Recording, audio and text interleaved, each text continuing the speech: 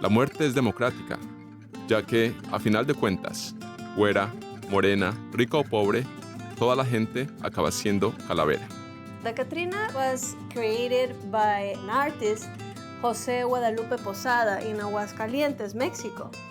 The Catrina was not made to be part of Dia de los Muertos. At first, it was like more a satiric scene that he built up because he wanna make a kind of joke of the high society of Mexico. That all people, even though they are in the high society, they have a lot of money or they don't have money, everybody's gonna end dying. So with the Catrina, like a high society lady with all this glamour and make it like a dead person, like a skull. So that's when the story of the Catrina begins. And then it was moved to the Dia de los Muertos. Why they name it Catrina? It's because at that time in the Mexican society, to the gentlemen that were very rich, they called them Catrines. So the feminine for Catrina.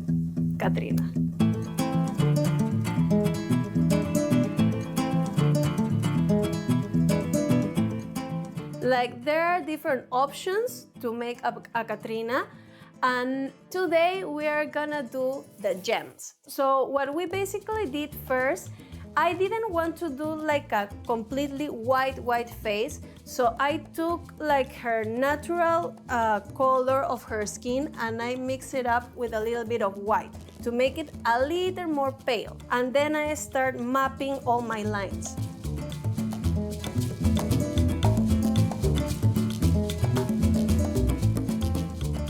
And from that you can guide and start doing like the eyes, and then you can make the color. So at this point, with this kind of brush, we just start tapping to create like the flower for the Catrina. And then also you have to create the illusion because this is a skull. So you have to cut the contour really deep. So you have to create this illusion, and then after that you just start coloring up and blending. We are gonna do the gems.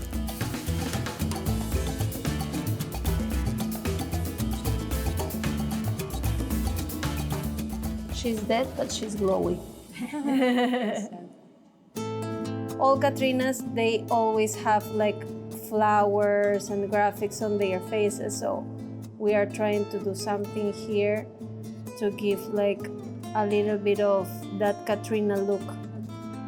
We're gonna do the nose now. And the difference in the nose, you remember that this one is not a clown nose. So you cannot put it all black or all red. So we just have to leave a little tiny in the middle, like a space, so it creates that look of the Catrina.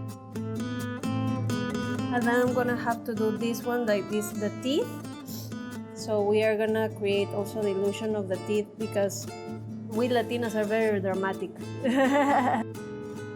The Catrina, it's very glamorous.